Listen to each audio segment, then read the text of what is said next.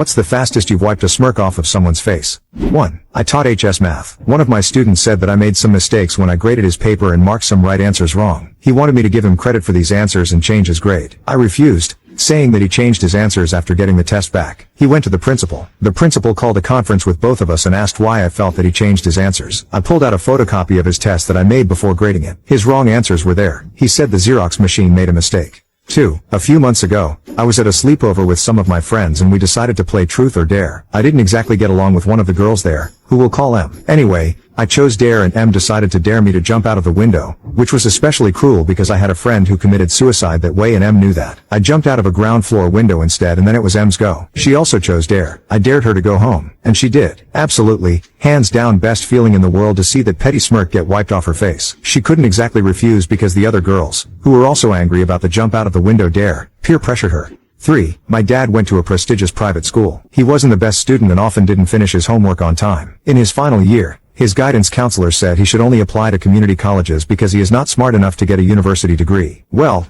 my dad did end up following the guidance counselor's advice at first. He went to a community college after graduating school. He dropped out after 1 year, however, because he thought it was too easy. Then my dad worked for a few years, and later he decided to get a degree. He applied and got accepted to a prestigious Canadian university. 3 years later, he obtained his bachelor's degree with honors. 10 years later, my dad goes to his private school reunion. He sees that same guidance counselor and immediately goes up to him and says, "Do you remember me? I'm the student you said that would never get a university degree. Well, I've waited a few years to tell you that I got my bachelor's degree and I graduated with honors at the top of my class." The guidance counselor responded with, "Yes, I remember you. I am very surprised to hear that. I never thought you would get a degree." My dad's response to him was, "Well, maybe instead of telling someone that is what a guidance counselor is supposed to do." The guidance counselor no longer had a smile on his face after what my dad said to him. My dad told me about this event many times while I was growing up and it taught me that you should never let another person tell you what you can or cannot do. Don't allow anyone to define your worth as an individual. 4. We were buying an iPad for our teenage daughter a few years ago. At the time, we thought we'd buy it from a shop. There was, and possibly still is, a UK computer chain called iStore. They aren't part of Apple, just picked a name that made it obvious what they specialized in. My daughter and wife were leading the purchase. They'd picked the model, and even selected a case. But at the till, the idiot decided that what iStore really needed was the revenue from an extra warranty. So he asked my wife, who said no thanks. Then he asked her again,